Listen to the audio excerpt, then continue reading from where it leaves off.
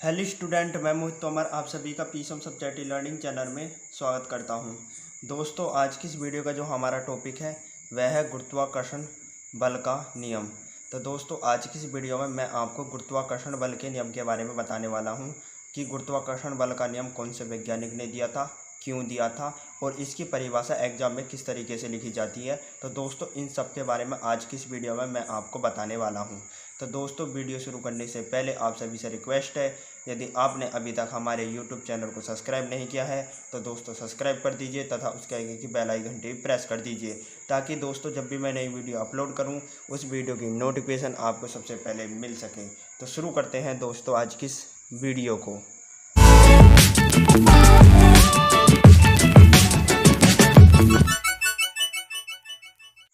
तो दोस्तों, पहले तो आपको हेडिंग डालनी है गुरुत्वाकर्षण बल का नियम। क्या हेडिंग डालनी है दोस्तों? गुरुत्वाकर्षण बल का नियम। तो दोस्तों, पहले तो आपको ये जानना बहुत ज़रूरी है कि गुरुत्वाकर्षण बल का नियम कौन से वैज्ञानिक ने दिया था। तो दोस्तों, आपको नंबर 1 पॉइंट डालना है और उसमें आपको लिखना है गुरुत्वाकर्षण बल का नियम सर आइजैक न्यूटन ने दिया था। किसने दिया था दोस्तों? सर आइजैक न्यूटन ने। तो दोस्तों, ये 1 नंबर का क्वेश्चन पूछ लिया जाता है कि गुरुत्वाकर्षण बल का नियम किसने दिया था। तो दोस्तों, आपको आंसर में लिखना सर आइजैक न्यूटन ने। ठीक है दोस्तों। अब दोस्तों, बात ये आती है कि गुरुत्वाकर्षण बल का नियम न्यूटन ने क्यों दिया था, क्या कारण थे कि उन्हें गुरुत्वाकर्षण बल का नियम देना पड़ा। तो दोस्तों, आपको नंबर 2 पॉइंट डालना है और उसमें आपको लिखना है न्यूटन ने देखा कि पेड़ से सेब नीचे गिरता है।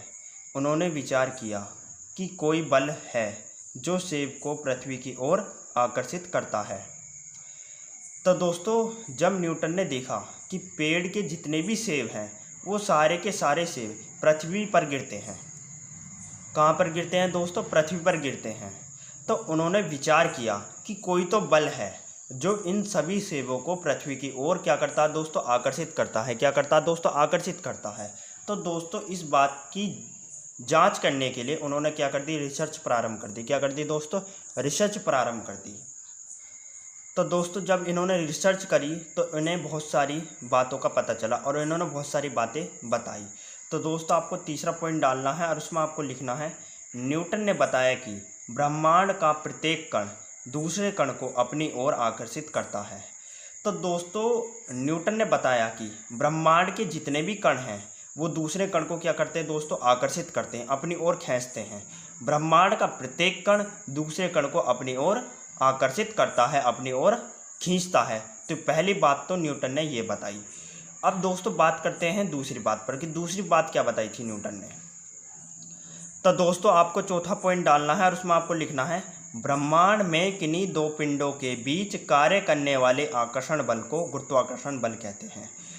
तो दोस्तों, न्यूटन ने दूसरी बात ये बताई थी कि ब्रह्मांड में यदि दो पिंडों के बीच आकर्षण बल कार्य कर रहा है तो उस आकर्षण बल को हम गुरुत्वाकर्षण बल कहेंगे। यदि दो पिंडों के बीच में कोई आकर्षण बल कार्य कर रहा है तो उसे हम क्या कहेंगे? गुरुत्वाकर्षण बल कहेंगे। अब आप दोस्तों इस बात को जरा एक एग्जाम्पल के माध्यम से समझिए। जैसे दोस्तों, मान लीजिए मेरे पास 2 पिंड है। ये मेरे पास पहला पिंड है, ये मेरे पास दूसरा पिंड है। पहले पिंड को मैं M1 मानूंगा, दूसरे पिंड को M2 मानूंगा। अब दोस्तों, इन दोनों को पिंडों के बीच में एक आकर्षण बल है। क्या है दोस्तों? एक आकर्षण बल है। आकर्षण बल को हम किससे निरूपित करेंगे दोस्तों? F से निरूपित करेंगे। किससे निरूपित करेंगे? F से। तो दोस्तों, दोनों पिंडों के बीच में कौन सा बल लग रहा है? आकर्षण बल लग रहा है। तो दोस्तों, जब दो पिंडों के बीच में कोई आकर्षण बल कार्य करने लगता है तो उसे हम क्या कहते हैं? गुरुत्वाकर्षण बल कहते हैं। क्या कहते हैं? गुरुत्वाकर्षण बल कहते हैं। तो दो पिंडों के बीच में आकर्षण बल इस प्रकार से लगता है। तो दोस्तों, आपको इस चित्र के माध्यम से समझ में आ गया होगा कि दो पिंडों के बीच में आकर्षण बल कैसे कार्य करता है और फिर न्यूटन ने उसे गुरुत्वाकर्षण बल क्यों बताया था। तो दोस्तों, आप परिभाषा में लिख सकते हैं कि ब्रह्मांड में किन्हीं दो पिंडों के बीच कार्य करने वाले आकर्षण बल को गुरुत्वाकर्षण बल कहते हैं। ठीक है दोस्तों। पृथ्वी और चंद्रमा के बीच में एक आकर्षण बल कार्य करता है।